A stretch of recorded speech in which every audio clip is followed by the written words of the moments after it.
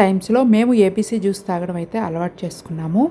కొత్తగా అలవాటు చేసుకునేది కాదు, అలవాటు ఉంది. కాకపోతే డైలీ తాగేవాళ్ళం కాదు, ఎప్పుడో ఇంట్రెస్ట్ ఉన్నప్పుడు చేసుకొని తాగేవాళ్ళం. ఫ్రూట్స్లో వెరైటీస్ ఉంటాయని తెలుసు కానీ జ్యూసెస్ కూడా వెరైటీస్ ఉంటాయని ఇప్పుడే తెలిసింది. కుక్కర్లో వేసాక 5 మినిట్స్ తర్వాత జ్యూస్ వచ్చింది, బట్ పీచ్ మాత్రం ముందే వచ్చేసింది. అది కూడా కొంచెం పెద్ద పెద్ద పీసెస్గా.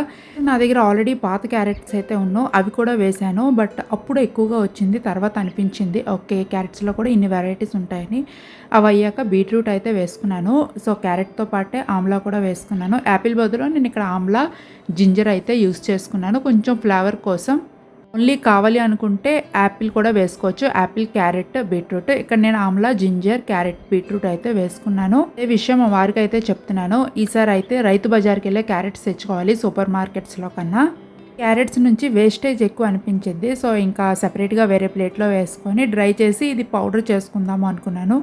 అయితే నేను హ్యాండ్ పెట్టేశాను, హ్యాండ్తో కాకుండా స్పూన్తో కలుపుకుంటేనే బెటర్, లేకపోతే స్మెల్ వచ్చేస్తుంది.